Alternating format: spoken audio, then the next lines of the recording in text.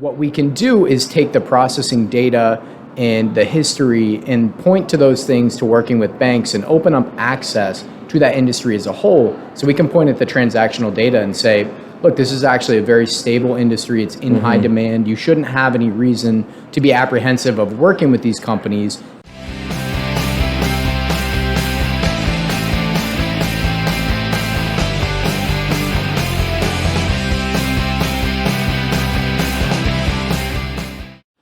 All right, so Drew, it's good to see you once again. I'm here with Drew Brasiel, accounting executive here at Touchsuite, specializing in nutraceuticals is a good way to put it. Yeah, absolutely. Perfect. So we've gone over your background several times, so I don't think we need to get into it too much again this time. So let's just kind of deep dive into what we're talking about today. Can you provide kind of an overview of Touchsuite and its mission to improving healthcare delivery? Yeah, absolutely. So as you mentioned, we've talked about my background quite a few times, Right. and it does tie into this a little bit just because we're talking telemedicine today. Sure. Okay, so give us a quick refresher on that part of it. Exactly. So I studied health sciences before I got into business and payments. So what I started out in as my vertical was Nutraceuticals and really got well involved in that industry. And now I'm seeing that there's more and more challenges developing on the telemedicine side of the business. Okay. So it's an ancillary vertical to what I specialized in, but there's more and more growing pains with those companies. And with Touchsuite, one thing that we've done a really good job over the past 20 years is we've built a amount of processing data and history and a knowledge base about each respective industry that is growing. Okay. So CBD is a really good example. So that's a new emerging market that started in 2018.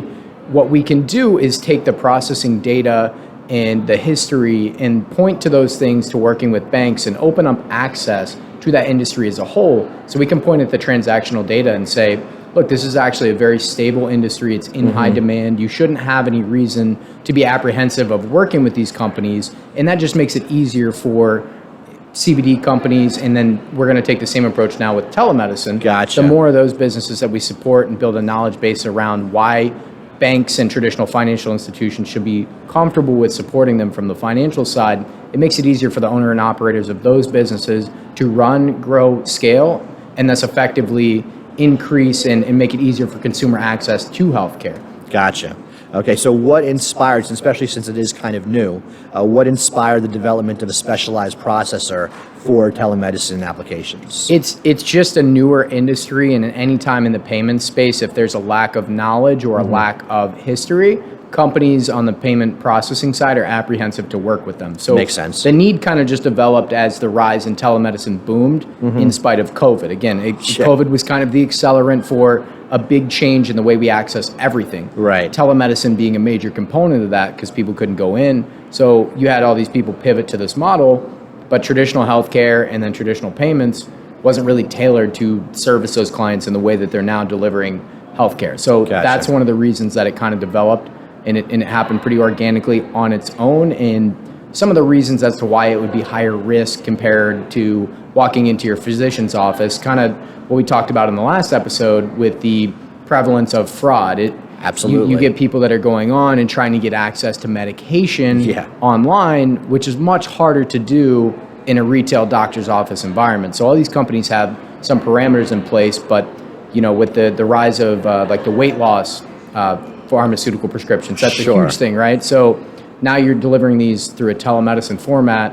What's to stop Brad from going on, saying there's somebody else, getting access to these, and then storing these prescriptions and then selling them on the secondary market, right? So there's just a lot more complexities that come with it compared to in-person retail care, because you're not actually sitting with the individual. You're not actually there to get a pulse on certain diagnostics and things like that. And anytime you're prescribing medication, of course, there's the element of adverse impact or side effects, right? So if I prescribe somebody one of those drugs and maybe the screening process wasn't as robust as it would have been in a traditional retail environment, it can expose the company to liability, and then thus the bank or the payment processor on the back end to that liability as well. If someone's allergic to the medicine and has an adverse effect, it could be disastrous. Exactly, and it's a huge transition for physicians as well. I mean, they're not really used to delivering care in this method as well for a lot of them, so it's kind of a new modality for them as well as far as practicing medicine. So it's just the challenges that come with the